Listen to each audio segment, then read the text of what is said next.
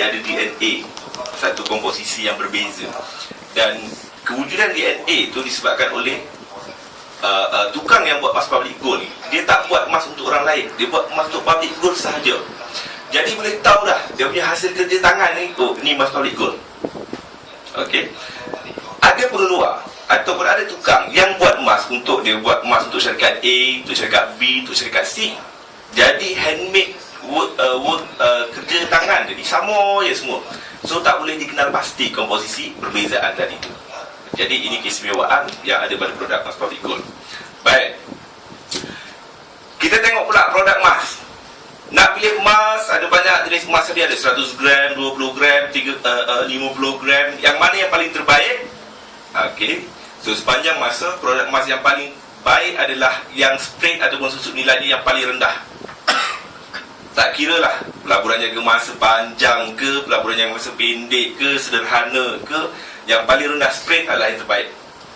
Dan yang kedua, kenapa ianya yang terbaik? Kerana untungnya akan jadi lebih banyak dan juga cepat.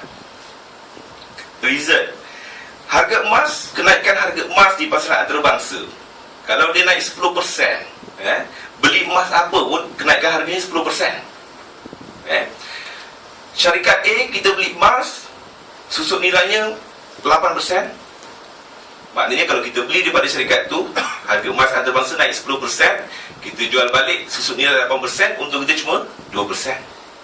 Betul? Syarikat B, susut nilai dia 5%. Maknanya kalau kita beli emas daripada syarikat B, harga emas antarabangsa naik 10%, untung bersih kita cuma 5%. Syarikat C, susut nilainya 2%.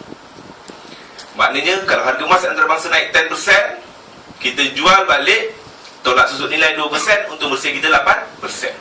Jadi yang mana yang paling bagus ni antara A, B, C ni? Yang C lah. Sebab itulah pilih yang spread paling rendah. Okay, sebab harga emas antarabangsa dia naik sama je semua satu dunia, tapi untung akan berbeza-beza bergantung pada emas yang kita pilih. Yang ketiga, ini secara umumnya, generally, dinar, gold bar, coin always better than jewellery, kerana susut nilai. Jewellery biasa susut nilai dia 20% ke atas. Ada yang 30, ada yang 40, bergantung pada design. Kalau desainnya yang lebih kompleks, yang lebih terukir, teratur, halus kerjanya, dia lebih tinggi kadang-kadang. Justru pilih dinar, gold bar, coin yang lebih baik berbanding barang kemas. Dan ini yang saya bagi tahu tadi, kalau lebih besar, biasanya spread lebih rendah. Kalau lebih kecil, biasa spread lebih tinggi. Jadi kalau tuan-tuan tengok ada emas yang jual 1 gram ataupun 5 gram, itu spreadnya confirm paling tinggi. Nak untung tunggu 3 tahun, 4 tahun. Kalau ada yang 6 bulan boleh untung, kenapa nak pilih yang 3 tahun baru untung? Pilihlah yang 6 bulan. Okey.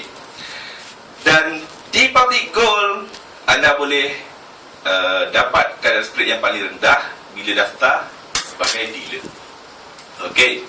Sebab bila daftar sebagai dealer, setiap kali beli emas dapat komisen. Kalau tak beli tak dapat tau. Nanti bulan lepas aku dapat, bulan ni saya pun tak dapat. Dia beli sekali bulan lepas. Okey. Pertama. Kemudian yang kedua, bila jual balik pun dapat komisen. Kalau tak jual balik, tak dapatlah komisen.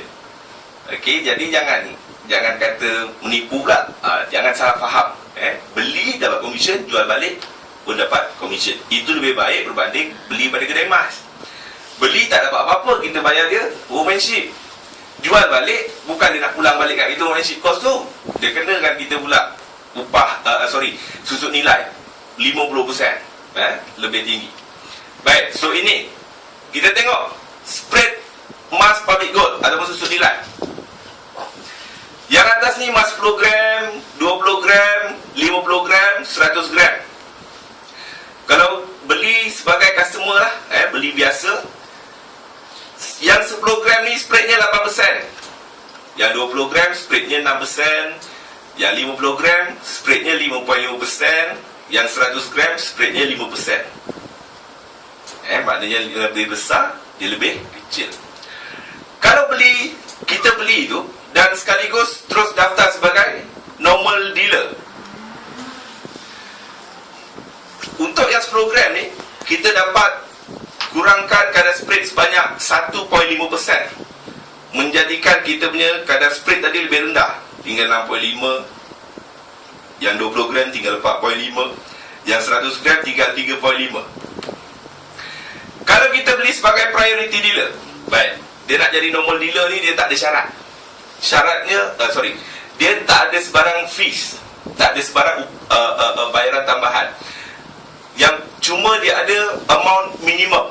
Amount minimum, beli emas 20,000, terus boleh daftar sebagai normal dealer.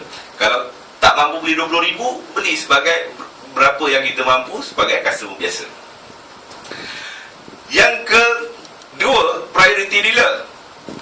Untuk belian minimum nak jadi priority dealer ni, beli emas 100,000. So kita boleh kurangkan kadar spread. Kalau yang 100 gram ni tinggal 3%. Maknanya kalau harga emas naik 10%, kita jual balik, potongan kadar spread 3%, untung 7%. Okay. Dan yang ketiga, master dealer. Master dealer ni dia tak boleh beli. Okay. Akan datang ni mungkin boleh kot, tapi kena beli 1 juta, tak silap saya. Kalau jadilah, habis beli pangkat, macam beli Datuk, beli Tan Sri, biasalah bayar sikit. Okey. So master dealer, dia dapat paling rendah 2.5%. Dan yang lebih besar lagi, ini 250 gram dengan 500 gram. Spread biasanya 4.5%. Okey. Kalau beli sebagai normal dealer, spreadnya cuma 3%. Beli sebagai priority dealer, spreadnya 2.5%. Dan beli sebagai master dealer, spreadnya cuma 2%. So ini adalah spread yang paling rendah di Malaysia setakat ni. Tak ada lebih rendah lagi. Saya belum jumpa lagi yang lebih rendah daripada 2%. Sebab itu untungnya jadi sangat cepat. Okey. Dinar. Produk dinar public gold, 1 dinar, 2 dinar, 5 dinar dan 10 dinar. Produk dinar ni spread biasanya 1 dengan 2 dinar ni 6%, 5 dinar 5.5% dan 10 dinar 5%. Kalau beli sebagai normal dealer, dia tinggal 4.5, 4, 3.5. Kalau yang priority dealer, 4,